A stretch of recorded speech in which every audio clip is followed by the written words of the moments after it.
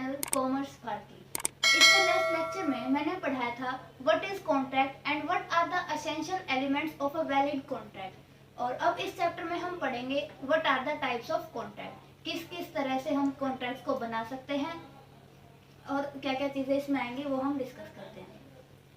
जैसे जो types of contract है वो तीन तरीके से हो सकता है। फर्स्ट इज वैलिडिटी, मतलब वैलिडिटी का मतलब वो वैलिड है इनवैलिड है, उसको हम लॉ में एनफोर्स करवा सकते हैं या नहीं करवा सकते हैं।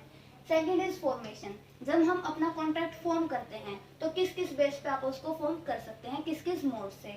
एंड देन इज परफॉर्मेंस, जब कॉन्ट्रैक्ट में हमने कॉन्ट्रैक्ट किया उसके बाद हमारे परफॉर्मेंस की बात आई तो किस किस तरीके से उसको हम क्लासीफाई कर सकते हैं।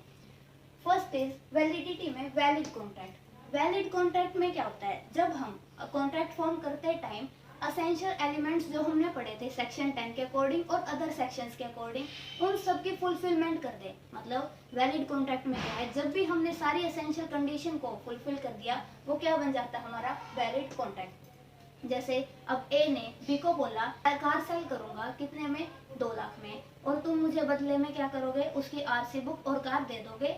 तो ये क्या है, इसमें वैलिड है, क्यों, क्योंकि हमें चाहिए कंसीडरेशन भी है, क्यों, क्योंकि ए को मिलेगी कार और बी को मिलेंगे 2 लाख रुपए। और ऐसे ही इसका जो मोटिव है वो भी क्या है, लॉफुल है, हम कार सेल कर सकते हैं नॉर्मल डीलिंग की वजह से। तो ये क्या होते हैं हमारे valid contract. Then void contract. Void contract क्या होता है, जब हम किसी कॉन्ट्रैक्ट को एनफोर्स करवा ही नहीं सकते। वॉइड 2 केस से हो सकता है, from the very beginning, sometimes letter. जैसे हमने कॉन्ट्रैक्ट बनाया उस टाइम पे क्या था, वो बंदा अवेलेबल था, ठीक है, तो वो क्या नहीं था, वॉइड नहीं था, हम कॉन्ट्रैक्ट हमने जेन्युइन किया। जैसे मैंने बोला कि तुम मेरे लिए पेंटिंग बनाना, बी को बोला, बी उसके लिए रेडी हो गया, बदले में पैसे ले लेगा, लेकिन वो पेंटिंग बनाने से पहले ही बी की डेथ हो गई। अब ये बताओ वो क्या एनफोर्सेबल है, जब बी की डेथ ही होगी वो पेंटिंग बना ही नहीं सकता, मतलब जो हमारी परफॉर्मेंस है वो हो ही नहीं पाएगी, तो वो कॉन्ट्रैक्ट क्या हुआ, वॉइड हो गया। लेकिन वो इलीगलिटी की वजह से है, फ्रॉम द वेरी बिगनिंग नहीं है, बल्कि किसकी वजह से है, कुछ ऐसा एक्ट होने की वजह से जो उस कॉन्ट्रैक्ट से रिलेटेड था। और ऐसे एग्जांपल लेते हैं कि वॉइड शुरू में कब होता है। मान लो हम कर रहे हैं इलीगल काम, जैसे मैंने बोला कि ड्रग्स वगैरह सेल करने की, वो शुरू से ही वॉइड है, क्यों लॉ के अकॉर्डिंग हम उसको क्या नहीं करवा सकते, एनफोर्स। तो वॉइड में क्या होता है, हम उस कॉन्ट्रैक्ट को कभी भी एनफोर्स करवा ही नहीं पाएंगे। Next is voidable contract. Voidable contract मतलब एक पार्टी को राइट होता है कि वह कॉन्ट्रैक्ट जो उसने एंटर किया है वो एनफोर्स करवा भी सकती है और ना चाहे तो उसको डिक्लाइन भी कर सकती है। जैसे मान लो ए ने बी को गन पॉइंट पे बोला कि तुम अपना 15,000 वाला सेल फोन मुझे कितने में दे दोगे, 2,000 में। तो बी ने क्या किया, डर के मारे हाँ बोल दी। अब उसने कॉन्ट्रैक्ट तो कर लिया, पर बी के पास क्या राइट है कि वो इसको डिक्लाइन कर सकता है, क्यों, क्योंकि उसकी कंसेंट नहीं थी, मतलब फ्री कंसेंट नहीं थी। फ्री कंसेंट में क्या होता है, अनड्यू इन्फ्लुएंस, कोर्जन वगैरह नहीं होना चाहिए, कोई भी जोर जबरदस्ती हमें नहीं करनी। पर यहाँ पे क्या था, गन पॉइंट में डरा के किया था, तो ये क्या हो जाता है हमारा वॉइडेबल कॉन्ट्रैक्ट, जिसमें एक पार्टी के पास राइट है कि वो उसको एनफोर्स भी करवा सकती है और उसको रेपुडिएट भी कर सकती है। देन आता है हमारा इलीगल एग्रीमेंट। इलीगल एग्रीमेंट जिसका जो हमने कंसिडरेशन है या फिर जो ऑब्जेक्ट है वही क्या है, लॉ के अकॉर्डिंग गलत है। लॉ ने किसी चीज को मना कर रखा है कि ये चीज नहीं करनी, फिर भी हम उसको करते हैं, तो वो क्या हो जाता है इलीगल कॉन्ट्रैक्ट। जैसे वही ड्रग्स की बात करते हैं, ड्रग्स की सेल करने की वो क्या है, लॉ के अकॉर्डिंग इलीगल, तो वो कभी भी एनफोर्सेबल नहीं होता। देन हमारा आता है एन अनएनफोर्सेबल कॉन्ट्रैक्ट्स। अब ना जब हमने कॉन्ट्रैक्ट बनाया वो सही था, कोई दिक्कत नहीं, जो सब्सटेंस था वो भी मटेरियल था और लॉफुल भी था, पर बाद में उसमें कुछ ना कमी निकली जिसकी वजह से वो एनफोर्स नहीं हो सकता, जिसकी वजह से हम क्या नहीं कर सकते, शू नहीं कर सकते, केस नहीं कर सकते कोर्ट में जाके। उस टाइम पे क्या होता है, वो अनएनफोर्सेबल कॉन्ट्रैक्ट। जैसे फॉर एन एग्जाम्पल मैंने लास्ट लेक्चर में बताया था, जब भी हम इंश्योरेंस का कोई कॉन्ट्रैक्ट करते हैं ना उसमें रिटर्न में होना जरूरी होता है। तो अब मान लो वो हमने रिटर्न में नहीं किया, तो उस टाइम पे वो क्या हो जाता है अनएनफोर्सेबल, क्यों, क्योंकि उसमें रिटर्न में नहीं था, तो वो उसकी एक लिमिटेशन है, फॉर्मेलिटीज पूरी नहीं है, जिसकी वजह से वो क्या हो जाता है अनएनफोर्सेबल। अब वैलिडिटी के बेस पे हमने 5 पढ़े। वॉइड जिसको हम कभी भी एनफोर्स करवा ही नहीं सकते, वैलिड जिसमें सारी असेंशियल जो कंडीशंस है वो हम फुलफिल करते हैं, वॉइडेबल जिसमें एक पार्टी के पास राइट होता है कि वो उसको डिक्लाइन भी कर सकती है और उसको एनफोर्स भी करवा सकती है। देन हमने पढ़ा था इलीगल एग्रीमेंट्स, मतलब जो हमारा कंसिडरेशन है या जो हमारा ऑब्जेक्ट है वही क्या नहीं है, सही नहीं है, लॉ के अकॉर्डिंग वो गलत है। देन था अनएनफोर्सेबल कॉन्ट्रैक्ट, मतलब वैसे तो सब्सटेंस सही था पर उसमें किसी चीज की कमी होने के कारण हम कोर्ट में नहीं जा सकते, कोई केस नहीं कर सकते। देन हमारा आता है फॉर्मेशन के बेस पे, मतलब जब हम कॉन्ट्रैक्ट बना रहे हैं उस टाइम पे कैसे कैसे हो सकता है। First is express contract. Express contract में क्या होता है, जब एक पार्टी दूसरी पार्टी को या एक्सप्रेस करके बता दे कि हाँ मैं तुमसे कॉन्ट्रैक्ट करना चाहती हूँ, वो एक्सप्रेशन रिटन में भी हो सकती है और ओरल में भी हो सकती है। तो एक्सप्रेस कॉन्ट्रैक्ट दो तरीके से बनता है, written as well as oral. For an example, मैंने पोस्ट सेंड करी किसी बंदे के पास कि मैं तुम्हारे साथ ये कॉन्ट्रैक्ट करना चाहता हूँ, और उसने क्या किया, रिप्लाई कर दिया, तो वो क्या हो गया हमारा एक्सप्रेस कॉन्ट्रैक्ट। क्यों, क्योंकि मैंने उसको बता दिया लिख के कि मैं तुम्हारे साथ ये एग्रीमेंट करना चाहती हूँ और ये लायबिलिटी मेरी क्रिएट होगी। और ओरल कैसे, जैसे मैंने फोन करके किसी से कॉन्टैक्ट कर दिया या फेस टू फेस कॉन्टैक्ट कर दिया, वो चीज़ आ जाती है एक्सप्रेस कॉन्ट्रैक्ट में। उसके बाद आता है हमारा इम्प्लाइड कॉन्ट्रैक्ट। इम्प्लाइड में पता है क्या, कि हम ना कोई एक्सप्रेशन नहीं देते, अगली पार्टी से कॉन्टैक्ट करने के लिए कुछ बोलते नहीं, ना उसको लिख के देते, बल्कि वो किसके अकॉर्डिंग होता है, या तो बाय लॉ या बाय एक्शन, हमारे कंडक्ट से, हमारी इम्प्लीकेशन से ये शो हो जाता है कि हम कॉन्टैक्ट कर रहे हैं। एग्जाम्पल, जैसे ए है, वो ना रेलवे स्टेशन से आया, रेल से उतरा, उसके बाद उसको आगे एक कूली मिल गया, कूली ने क्या किया, उससे बिना पूछे उसका सामान उठाया और उसको बाहर तक छोड़ने चला गया। अब जब वो कूली ने सामान उठाया, ए ने उसको रोका नहीं, वो बोला चल ठीक है चलने दे। अब जब जो कूली है वो पैसे मांगेगा तो वो उससे एनफोर्स करवा सकता है।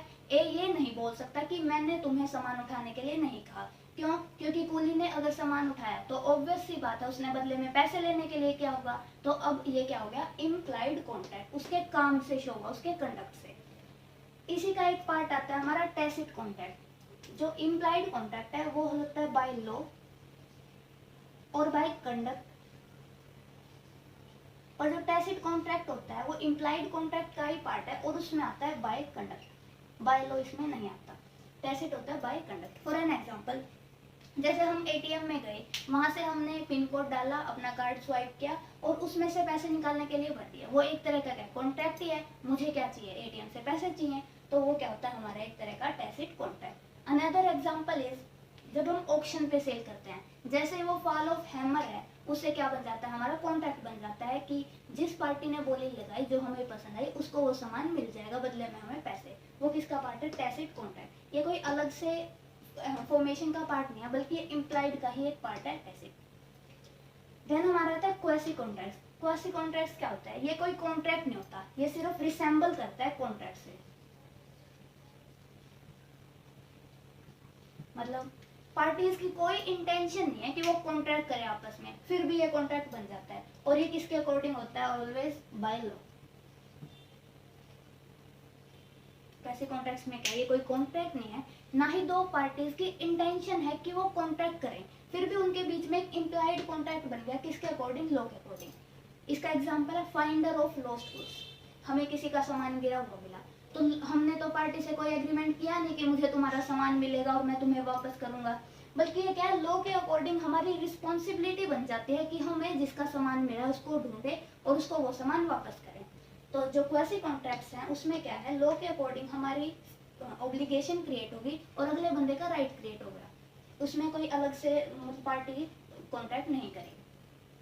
देन हमारा आता है ई कॉम कॉन्ट्रैक्ट, मतलब जो भी कॉन्ट्रैक्ट हम ईमेल के थ्रू या फिर किसी भी नेटवर्क के थ्रू करें वो होता है हमारा ई कॉम कॉन्ट्रैक्ट या फिर ई कॉन्ट्रैक्ट हम बोल सकते हैं।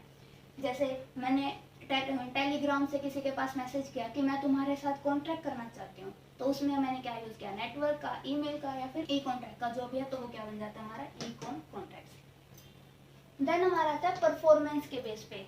First is executed contracts. Executed contracts में क्या है, हमने ऑब्लिगेशंस क्रिएट करी और वो हम फुलफिल कर चुके हैं, मतलब जो दो पार्टीज हैं कॉन्ट्रैक्ट में, दोनों पार्टीज अपना काम पूरा कर चुकी हैं, वो होता है हमारा एग्जीक्यूटेड कॉन्ट्रैक्ट। जैसे हम कैश बेसिस पे जब सेल्स करते हैं, जैसे ही मैंने गुड्स दिया, कस्टमर क्या करेगा, उसके लिए मेरे को कैश पे कर देगा, वो क्या होता है एग्जीक्यूटेड। क्यों, क्योंकि at the point of time cash भी मिल जाता है उसके कस्टमर की तरफ से उसकी ऑब्लिगेशन पूरी और उसको गुड्स मिल जाते हैं सेलर की तरफ से उसकी ऑब्लिगेशन कंप्लीट हो जाती है, तो वो क्या होता है एग्जीक्यूटेड कॉन्ट्रैक्ट, मतलब दोनों पार्टी की परफॉर्मेंस हो चुकी है। देन हमारा आता है एग्जीक्यूटरी कॉन्ट्रैक्ट्स। एग्जीक्यूटेड में क्या था कि हो चुकी है, और एग्जीक्यूटरी में क्या है उनकी परफॉर्मेंस पेंडिंग है।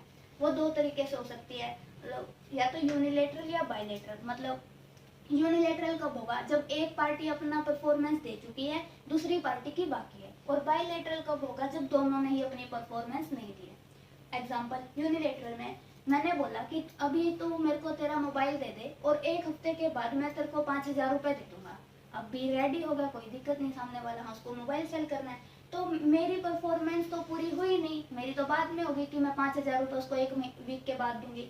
लेकिन जो अगला बंदा है उसकी क्या हो चुकी है, कंप्लीट हो चुकी है। क्यों? क्योंकि वो मेरे को मोबाइल फोन दे चुका है। इसे हम बोलेंगे यूनिलेटरल कॉन्ट्रैक्ट्स, मतलब वन साइडेड परफॉर्मेंस डन है।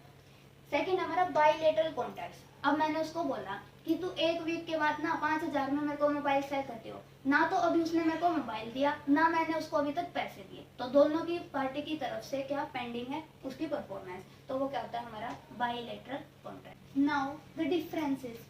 फर्स्टली हम पढ़ेंगे difference between a void contract and a voidable contract. Void में क्या है, contract ceases to enforce when it becomes void. मतलब कोई भी एग्रीमेंट था, कोई भी कॉन्ट्रैक्ट था, जैसे ही वो वॉइड हुआ वो क्या हो जाएगा, अनएनफोर्सेबल, हम उसको एनफोर्स करा ही नहीं सकते। But enforceable at the option of one party. Voidable contract क्या होता है, उसको किस पे बेस्ड होता है, एग्रीड पार्टी, मतलब जिसके साथ जोर जबरदस्ती हुई, जिसके साथ हमने अनड्यू इन्फ्लुएंस किया, उस पार्टी के पास क्या राइट होता है, वो उसको एनफोर्स करवा भी सकता है और उसको ना भी करवाए। तो जो वॉइड कॉन्ट्रैक्ट है वो जैसे ही वॉइड हुआ उसी दिन से वो क्या हो जाएगा, अनएनफोर्सेबल। पर जो वॉइडेबल कॉन्ट्रैक्ट है हम उसको एनफोर्स करा भी सकते हैं, वो किस पे डिपेंड करेगा, agreed party.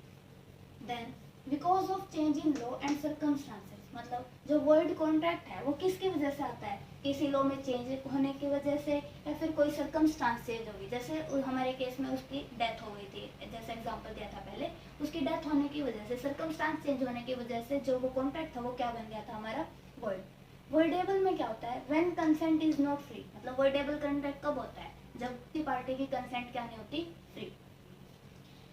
Can not be perform. Void contract को किसी भी तरीके से हम परफॉर्म कर ही नहीं सकते, लेकिन जो वर्डेबल कॉन्ट्रैक्ट है उसको परफॉर्म किया जा सकता है। किसके पे डिपेंड करेगा, वही एग्रीड पार्टी पे। Next is no right to any party. मतलब जो वर्ड कॉन्ट्रैक्ट है उसमें किसी भी पार्टी को किसी भी तरह का राइट नहीं मिलता, लेकिन जो वर्डेबल कॉन्ट्रैक्ट है, जो पार्टी हमारी एग्रीड है उसके पास राइट आ जाता है कि वो रिसाइन कर सकती है उस कॉन्ट्रैक्ट को। तो ये थे हमारे डिफरेंस वर्ड और वर्डेबल में। देन हमारा डिफरेंस है वॉइड एग्रीमेंट और इलीगल एग्रीमेंट में। वही वॉइड एग्रीमेंट क्या होता है, किसी भी सर्कमस्टांस में चेंज होने की वजह से या फिर इलीगल होने की वजह से ही जब हम किसी एग्रीमेंट को एनफोर्स नहीं करा सकते, तो it is not necessary illegal. मतलब जो हमने हमारा एग्रीमेंट वॉइड है वो ज़रूरी नहीं कि वो इलीगल ही हो। मतलब इलीगल उसका एक फैक्टर है, बट अदर फैक्टर्स भी हैं, जैसे लॉ में चेंज होने की वजह से या फिर वो डेथ हो गई थी तो सर्कमस्टांसेस में चेंज होने की वजह से। पर जो इलीगल एग्रीमेंट है वो हमेशा ही वॉइड होता है। क्यों? क्योंकि इलीगल एग्रीमेंट को हम कभी एनफोर्स करा ही नहीं सकते, और जिस एग्रीमेंट को हम एनफोर्स नहीं करा सकते वो क्या होता है, हमारा void. Then not forbidden by law. अब इसमें क्या होता है, जो वॉइड एग्रीमेंट है ना वो किसी लॉ ने ये नहीं बोल रखा कि इस चीज़ को नहीं करना। वॉइड तो मतलब नॉर्मली भी हो सकता है, जैसे डेथ के केस में हुआ था, तो not necessarily forbidden by law.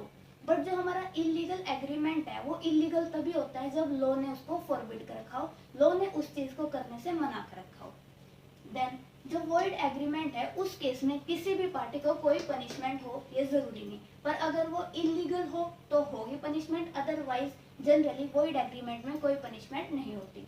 लेकिन जो इलीगल एग्रीमेंट है जिसको करने के लिए कानून रोकता है, अगर वो पार्टी उसको फिर भी करेंगी तो उसके ऊपर पनिशमेंट लगेगी।